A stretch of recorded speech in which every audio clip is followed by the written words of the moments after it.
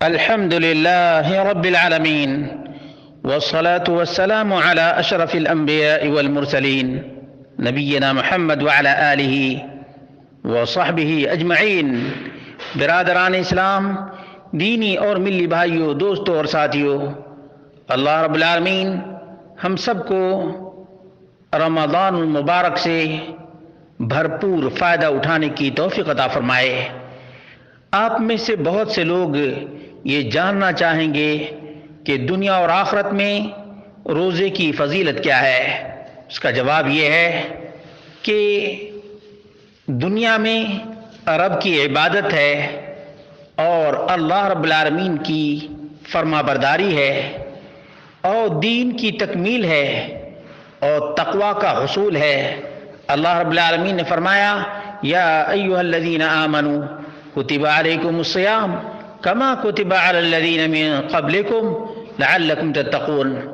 آخرت میں روزے کا ثمرہ کیا ہے؟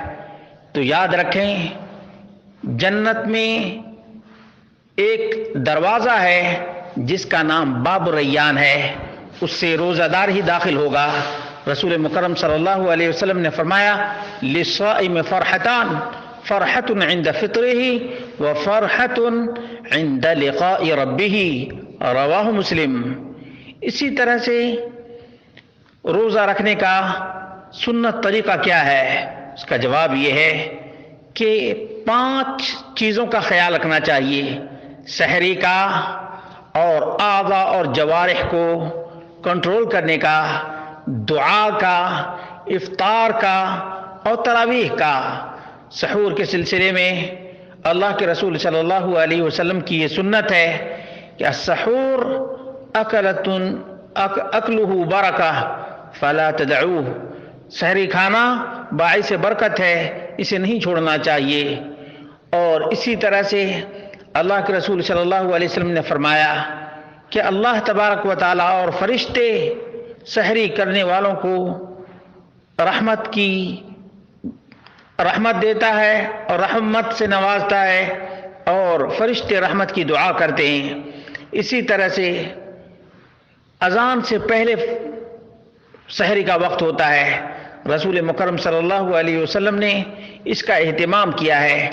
اعضاء اور جوارح کو غلط چیزوں سے دور رکھنا یہ لازم و ضروری ہے، کیونکہ صرف کھانے اور پینے سے رکنے کا نام روزہ نہیں ہے، بلکہ اللہ کے رسول صلی اللہ علیہ وسلم نے فرمایا، من لم يدع قول الزور والعمل به فليس لله حاجة في ان يدع طعامه وشرابه۔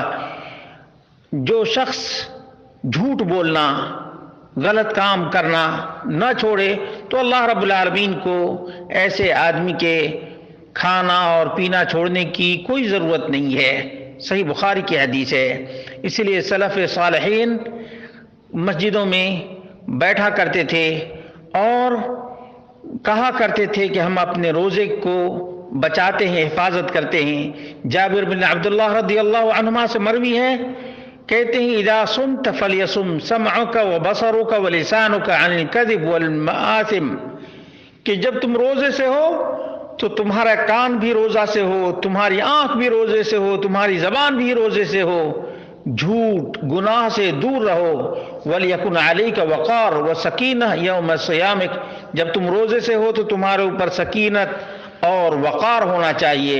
وَلَا تَجْعَلْ يَوْمَ صِيَامِكَ وَفِطْرِكَ سَوَاءً، اور اپنے روزے کے ایام کو اور غیر روزے کے ایام کو برابر نہ سمجھو، اور دعا بکثرت کرتے رہنا چاہیے، کیونکہ آدمی جب روزے کی حالت میں ہوتا ہے تو دل رب کی طرف مائل ہوتا ہے، اور اس حالت میں جب دعا کرتا ہے تو دعا قبول کی جاتی ہے۔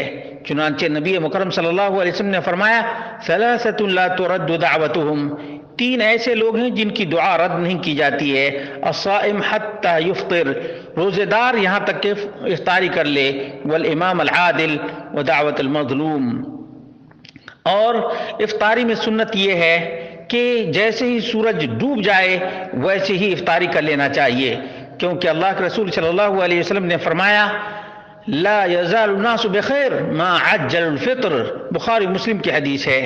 اور اسی طرح سے اللہ کے رسول صلی اللہ علیہ وسلم رطب کھایا کرتے تھے، اور اس سے افطاری کیا کرتے تھے۔